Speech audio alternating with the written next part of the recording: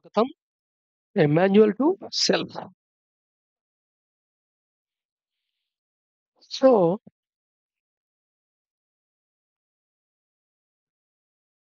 ఇక్కడ ticks పెడుతుంటాను. Tick పెట్టిన దగ్గర ఫోకస్ పెట్టండి. సో, ఫస్ట్ ప్రాణ. ప్రాణ అంటే ఒక సటిల్ ఎలిమెంట్. ఈ భూ అంతా ఆవరించున్న ఎలిమెంట్. ఓ రకంగా చెప్పాలంటే డిఫరెంట్ గ్రేడ్స్‌లో ఈ ప్రాణ మనకి ప్రదానం చేయబడుతోంది. ప్రాణ అనే ఎలిమెంట్ ప్రదానం చేయబడుతుంది ఎక్కడి నుండి? మూన్ దగ్గర నుండి. ఇది సటిలెస్ట్ థింగ్. అందుకని దాన్ని కళ్ళతో చూడాలి. ఏదో ఇన్‌స్ట్రుమెంట్‌తో కొలవాలనుకోవద్దు. ఇన్‌స్ట్రుమెంట్‌తో కొలిచే లెవెల్ ఇంకా రాలేదు.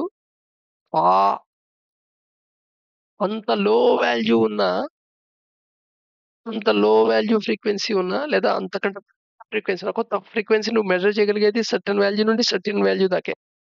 బియాండ్ దట్ నువ్వు మెజర్ చేసే పొజిషన్ లేదు ప్రెజెంట్ ఇన్‌స్ట్రుమెంట్‌లో. అలాంటిది వచ్చినప్పుడు దాని ఎవిడెన్స్ దొరుకుతుందని ఆశిద్దాం. సో, ప్రాణ అనేది గురించి మాట్లాడుకున్నాం మనం. సో, ప్రాణ అనేది లోపలికి ఫుడ్ ద్వారా వెళ్తుంది. బ్రీతింగ్ ద్వారా వెళ్తుంది. అండ్ సెన్సస్ ఇన్ఫర్మేషన్ ద్వారా వస్తుంది. సెన్స్ ఇన్ఫర్మేషన్‌లో డీకోడెడ్ స్టేట్‌లో ఉంటుంది. దాన్ని కోడింగ్ స్టేట్‌లో మారుతాం. ఇక్కడ ప్రాణ అనేది ఈ ప్రాసెస్‌లో డిజైర్ కింద మారుతుంది. డిజైర్ ఎనర్జీ కింద. ఈ డిజైర్ ఎనర్జీ స్పార్క్ దీని గురించి తెలుసుకున్నాం మనం. మోటివ్ ఉంటే థాట్ కింద అవుతుంది. అండ్ ఫర్దర్ యాక్షన్ వైపు వెళ్తుంది.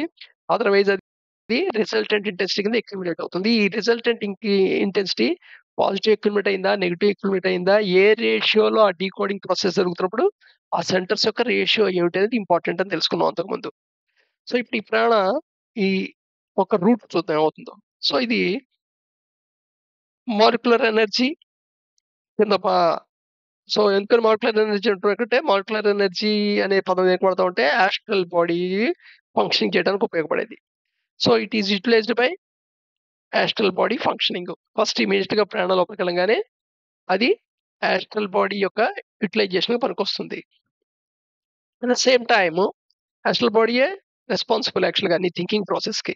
ఆ థింకింగ్ ప్రాసెస్ ద్వారా ఫిజికల్ యాక్టివిటీ తర్వాత నెక్స్ట్ కాన్సీక్వెన్స్ అది. ఇది కాకుండా రాస్ ఎసెన్స్ ఆఫ్ కాన్షియస్‌నెస్ తయారు చేయడానికి కూడా ఉపయోగపడుతుంది. రాస్ ఎసెన్స్ ఆఫ్ కాన్షియస్‌నెస్. అందుకని దీన్ని చెప్తాము యోగిక్ టెర్మినాలజీలో ఆస్ట్రల్ బాడీ నిర్మాణంలో దీన్ని ఎలా చెప్తుంటారంటే, లోపల ప్రాణ చేరితే అది 90% మూలాధార చక్రం దగ్గర కేంద్రీకృతం అవుతుంది. ఓన్లీ 10 ఆర్ లెస్ థాన్ 10% స్వాదిష్టాన దానికంటే పైనుండే చక్రం. ఆ ఆ చక్రం దగ్గర కేంద్రీకృతం అవుతుంది అంటారు. ఈ 10% ఏమిటి అంటే గ్రాస్ ఎసెన్స్ ఆఫ్ కాన్షియస్‌నెస్ కింద ఎనర్జీ ఫార్మ్‌లో ఉంటుంది. మూలాధారంలో మాలిక్యులర్ ఎనర్జీ కింద ఉంటుంది. ఈ మాలిక్యులర్ ఎనర్జీ ఆస్ట్రల్ బాడీ ఫంక్షనాలిటీకి తద్వారా ఫిజికల్ బాడీ ఫంక్షనాలిటీకి ఉపయోగపడుతూ ఉంటుంది. నెక్స్ట్ అందుకని మూలాధార దగ్గర astral body and physical body joint అయ్యుంటాయి. దీని మీద కూడా ఒక వీడియో వచ్చింది ఇంతకుముందు. ఒక ఫల్క్రమ్ పాయింట్ లాగా జాయిన్ అయ్యుంటాయి అని. సో, ఈ రెండిట్లో ఏది వెయిటేజ్ ఎక్కువుంది అంటే, అటువైపు ప్రాణ యొక్క మూవ్‌మెంట్ నడిచిపోతుంది.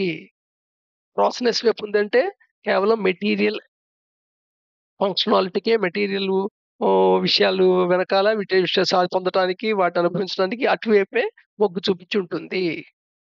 అదే ఆస్ట్రల్ బాడీ వైపు ఉందంటే, థింకింగ్ ప్రాసెస్ రిఫైన్ చేసుకోవటం, అంతఃకరణ లోపల ఏం జరుగుతుందో తెలుసుకోవటం, ఇలాంటి యాక్టివిటీలో ఉంటుంది. సో, ఈ గ్రాస్ ఎసెన్స్ ఆఫ్ కాన్షియస్‌నెస్ దేనికి పనిచేస్తుంది అంటే utilise to create gross body at birth. యాక్చువల్‌గా బర్త్ టైమ్‌లో గ్రాస్ బాడీ క్రియేట్ అవుతుందే, ఈ ఎసెన్స్ ఆఫ్ కాన్షియస్‌నెస్ తోనే క్రియేట్ అవుతుంటది. అది so that it is suitable for thought patterns transmitting and the వాసనాస్ ట్రాన్స్‌మిటింగ్. సో, వాసనాస్, థాట్ ప్యాటర్న్స్ ఏవి ట్రాన్స్‌మిట్ అవుతున్నాయో వాటికి అనుగుణంగా ఎలాంటి స్ట్రక్చర్ ఉండాలో అలాంటి ఎనర్జీ టెంప్లేట్‌ని ఫార్మ్ చేస్తుందనమాట. సో, దట్ ఈస్ చాలా ఇంపార్టెంట్. నెక్స్ట్. సో, ఈ లైఫ్ బర్త్ అండ్ సైకిల్‌లో ఎక్కడ ఈ ఎసెన్స్ ఆఫ్ కాన్షియస్‌నెస్ యొక్క రోల్ వచ్చింది అనేది. ఈ ఎసెన్స్ ఆఫ్ కాన్షియస్‌నెస్ డెత్ అయిన తర్వాత ఇదొక ఎనర్జీ రూపం అనుకుందాం. ప్రాణ యొక్క రూపము లోపల ప్రాసెస్ అయిన తర్వాత అది సన్ దగ్గరికెళ్తుంది. అని గూడా ఇంతకుముందు తెలుసుకున్నాం. అదే థాట్ ప్యాటర్న్స్ రిజల్టెంట్ ఇంటెన్సిటీ ఏమో ఏ రిజల్టెంట్ ఇంటెన్సిటీ మ్యాచ్ అవుతుందో ఆ ప్లానెట్ దగ్గరికెళ్తుంది అని తెలుసుకున్నాం. So, right. నౌ ఈ మాలిక్యులర్ ఎనర్జీ అవుతుందో, ఈ మాలిక్యులర్ ఎనర్జీ కనుక అవేర్‌నెస్ ఎనర్జీ యాడ్ అయితే, అవేర్‌నెస్ ఎనర్జీ ఎలా క్రియేట్ అవుతుంది? ఈ యాస్ట్రల్ బాడీ ఫంక్షనాలిటీలోనే అది గూడా. యాస్ట్రల్ బాడీ ఫంక్షనాలిటీలో అవేర్‌నెస్ ఎనర్జీ క్రియేట్ అవుతుంది. సో, లోపలికి ఒక ఇంపల్స్ సెన్సెస్ ద్వారా ఒక ఇంపల్స్ వచ్చింది అంటే ఫుడ్ ద్వారా లేదా బ్రీత్ ద్వారా ఒక ఇంపల్స్ లోపలికి వచ్చింది అంటే, ఆ ఇంపల్స్ డీకోడింగ్ అవుతుంది. ఈ డీకోడింగ్ చిత్ అనే సిస్టమ్ 1 మైండ్ యొక్క సిస్టమ్ 1లో అవుతుందని తెలుసుకున్నాం. అక్కడ ఐఈఎస్ఎం అనే సెంటర్స్ వల్ల డీకోడింగ్ అవుతుందనుకున్నాం. సో, ఒక ఇంపల్స్ రాంగానే అది ఐలో సర్టెన్ రైజ్ ఆర్ ఫాల్ చేస్తుంది. ఈలో రైజ్ ఆర్ ఫాల్ చేస్తుంది. అలాగే ఎస్‌లో కూడా రైజ్ ఆర్ ఫాల్ చేస్తుంది. ఈ టోటల్ అర్థమెటిక్స్ గురించి తెలుసుకున్నాం. ఇక్కడ ఏ లెక్క జరుగుతుందో అనేది మ్యాథమెటికల్‌గా. సో, ఫైనల్‌గా అది ఒక స్పార్క్ ఫార్మ్ చేస్తుంది. దాన్ని డిజైర్ అంటాం మనం. దానికొక ఇంటెన్సిటీ ఉంటుంది. ఇది నీ యొక్క బర్త్ దగ్గర ఉన్నప్పుడు రిజల్టెంట్ ఇంటెన్సిటీకి యాడ్ అవుతూ ఉంటుంది. లేదా సబ్ట్రాక్ట్ అవుతూ ఉంటుంది. అక్కడ పాజిటివ్ ఉండి నీ మైనస్ యాడ్ చేసావంటే సబ్ట్రాక్షన్ అవుతుంది అక్కడ. లేదా అక్కడ మైనస్ ఉన్నదానికి నువ్వు మైనస్ కలిపితే యాడ్ అవుతుంది. మొత్తం మీద ఇది అక్యుములేట్ అవుతుంది. ఈ రిజల్టెంట్ ఇంటెన్సిటీ అక్యుములేట్ అవుతూ ఉంటుంది. ఆహ్, అలా అవుతున్న రిజల్టెంట్ ఇంటెన్సిటీ అక్యుములేట్ అయిందే అదే అవేర్‌నెస్ ఎనర్జీ అంటారు. సో, అవేర్‌నెస్ అనంగానే అది కేవలం పాజిటివ్‌గానే ఉంటే అవేర్‌నెస్ అనక్కర్లా. నువ్వు అవేర్‌గా ఉండే చెడు పని కూడా చేయాలి.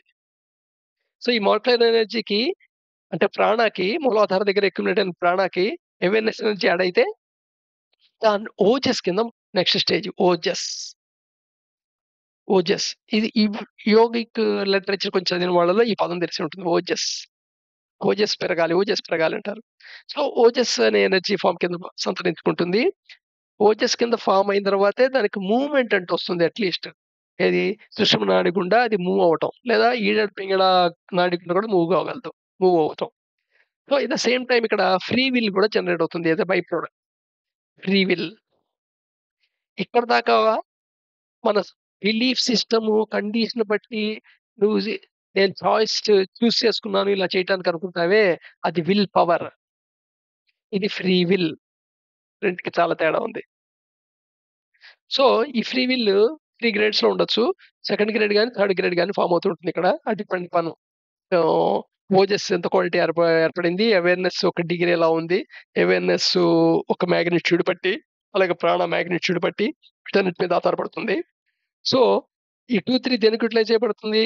It is utilized to create neutral will or intellectual will.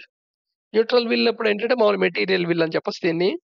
లేదా ఇంటలెక్చువల్ విల్ క్రియేట్ అవుతుంటుంది దీనివల్ల. గ్రేడ్ 3 ఫ్రీ విల్ ఫార్మ్ అయితే అది కేవలం న్యూట్రల్ విల్ దాకే ఉంటుంది. గ్రేడ్ 2 ఫార్మ్ అయితే ఇంటలెక్చువల్ విల్ ఫార్మ్ అవుతుంది. సో, ఇక్కడ కొంచెం థాట్ ప్రాసెస్ రిఫైన్ అయిన వాళ్ళ కింద ఉంటారన్నమాట. ఎందుకంటే వాడు బాగా ఆలోచించాడురా! వాడు ఇంటెలిజెంట్‌లా ఇలా అంటుంటామే. సో, ఈ ఈ ఈ లెవెల్ దాకా అయినవాడు. సో, ఈ ఓజస్ ఏదైతే ఉందో అది ఉపయోగపడుతుంది. దీన్ని utilized for development of astral body.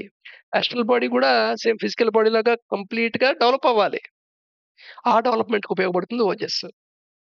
ఈ ఓజస్ అక్యుములేట్ అయింది ఎక్కువ ఉన్నట్టయితే, దీనికి ఇంకా అవేర్‌నెస్ యాడ్ అయినట్టయితే, ఈ అవేర్‌నెస్ ఎక్కడి నుండొస్తుంది మళ్ళా? సేమ్ యాస్ట్రల్ బాడీ యొక్క ఫంక్షనాలిటీలోంచి వస్తుంది. కోడింగ్, డీకోడింగ్ ప్రాసెస్‌లో రిజల్టెంట్ ఇంటెన్సిటీ ఫార్మేషన్ ద్వారా. సో, యాడ్ అయితే దెన్ అప్పుడు కంప్లీట్‌గా సర్టెన్ లెవెల్ రీచ్ అయిన తర్వాత అది నీ యొక్క ఆస్ట్రల్ బాడీలో ఉండే సుషుమ్నా నాడి గుండా ప్రయాణం చేస్తుంది. దీన్ని పరమేశ్వరి అని రిఫర్ చేస్తుంటారు. లేదా దీన్నే కుండలిని శక్తి జాగృతం అయింది ఇలా మాట్లాడుతుంటారు. అప్పటిదాకా కాయిల్ స్టేజ్‌లో ఉంది అంటారు. ఇది కూడా యోగిక్ టెర్మినాలజీ టచ్ ఉన్న వాళ్ళకి ఆల్రెడీ ఎన్‌కౌంటర్ అయిన పదమై ఉంటుంది. నౌ ఈ ఎనర్జీ వివిధ చక్రాల గుండా మూవ్ అవుతున్నప్పుడు నీ ఎసెన్స్ గూడా పైనుండి సటిల్ స్టేట్‌లోకి మారుతుంది. ఇంతకుముందు గ్రాస్ ఎసెన్స్ వచ్చి ఫార్మ్ అయింది గదా! ఫస్ట్ ప్రాణం లోపలికి రాంగానే కొంత మాటల ఎనర్జీ మూలాధార చక్రం దగ్గర, స్వాదిష్టాన చక్రం దగ్గర గ్రాస్ ఎనర్జీ కింద కాన్షియస్‌నెస్ కింద మారింది గదా! ఇప్పుడు ఇది ఫైన్ అండ్ సబ్టిల్ అనే ఎసెన్స్ ఆఫ్ కాన్షియస్‌నెస్ కింద మారుతుంది. ఈ fine and subtle of energy of consciousness దేనికి యుటిలైజ్ చేయబడుతుందంటే టు క్రియేట్ అండ్ డెవలప్ అలాగే ఆస్ట్రల్ బాడీ డెవలప్‌కి పనికొస్తుంది. At the same time causal body develop చేయడానికి పనికొస్తుంది. సో, ఈ ఎనర్జీస్ యొక్క ప్రమేయం లేకుండా ఎవల్యూషన్ జరగదు. సో, ఎవల్యూషన్ జరగాలంటే ఇక్కడ ఇంపార్టెంట్ ఫ్యాక్టర్ ఏంటంటే, ఈ ప్రాణం లోపలికొస్తోంది. సో, దాన్ని మంచి క్వాలిటీ అండ్ క్వాంటిటీ అనేది నీ చేతిలోనే ఉంది. నువ్వు సింక్రోనైజ్ చేసుకుంటే నీ శ్వాసతో క్వాలిటీ బావుంటుంది. అండ్ తర్వాత నీ యొక్క సెన్సెస్ నుండి వచ్చే ఇంపల్సెస్‌ని అక్కడ థాట్స్ కింద వేస్ట్ కాకుండా దాన్ని సెన్సిబుల్ ఎనర్జీ కింద అవేర్‌నెస్ ఎనర్జీ కింద కన్వర్ట్ చేసుకోగలిగితే అది యాడ్ అయ్యి ఓజస్ ఫార్మ్ అవుతుంది. అలాగే సేమ్ తర్వాత ఆ! నీళ్ళ శక్తి కింద ఫార్మ్ అవుతుంది. Will get the essence of consciousness. వీటి ద్వారా నీ కాజువల్ బాడీలు డెవలప్ అవుతాయి. So, therefore casual body, astral body ఏది డెవలప్ చేసుకోవాలనేది నీ వాసనాస్ మీద ఆధారపడుతుంది. ఈ ఎనర్జీ మీద ఆధారపడుతుంది. సో, దేర్‌ఫోర్ ఏ ఈ భూర్భువస్సువలో ఏ ప్లేన్‌లో మొత్తం ఒక్కొక్క భూరు 1-7 భువః 1-7 సువః 1-7 ఉన్నాయి గదా! ఈ ప్లేన్‌లో ఏ ప్లేన్‌లో ఒక్కొక్క ప్లేన్‌లో ఇంచుమించు ఒక్కొక్క రకమైన ఆస్ట్రల్ బాడీ, కాజువల్ బాడీ ఉంటాయి. సో, ఆహ్, ఆహ్, ఆ వాసనాస్ మీద ఆధారపడి ఆ కాజువల్ బాడీ, ఆ ఆస్ట్రల్ బాడీ డెవలప్ అవుతుంది. సో, దేర్‌ఫోర్ దానికి నీ వాసనాస్ కూడా ఇక్కడ మోడిఫై చేసుకుంటూ వెళ్తుంటావు కాబట్టి, దాని సూటబుల్ అయ్యుండే నీ గ్రాస్ బాడీకి టెంప్లేట్ ఫార్మ్ అవుతుంది. గ్రాస్ ఎసెన్స్ ఆఫ్ కాన్షియస్ ద్వారా సో దట్ నువ్వు ఎవల్యూషన్‌లో ముందుకి ప్రయాణం చేస్తావు. వైకుంఠపాడిలో నిచ్చెనెక్కటంలాగా. రేపు మళ్ళా కంటిన్యూ చేద్దాం.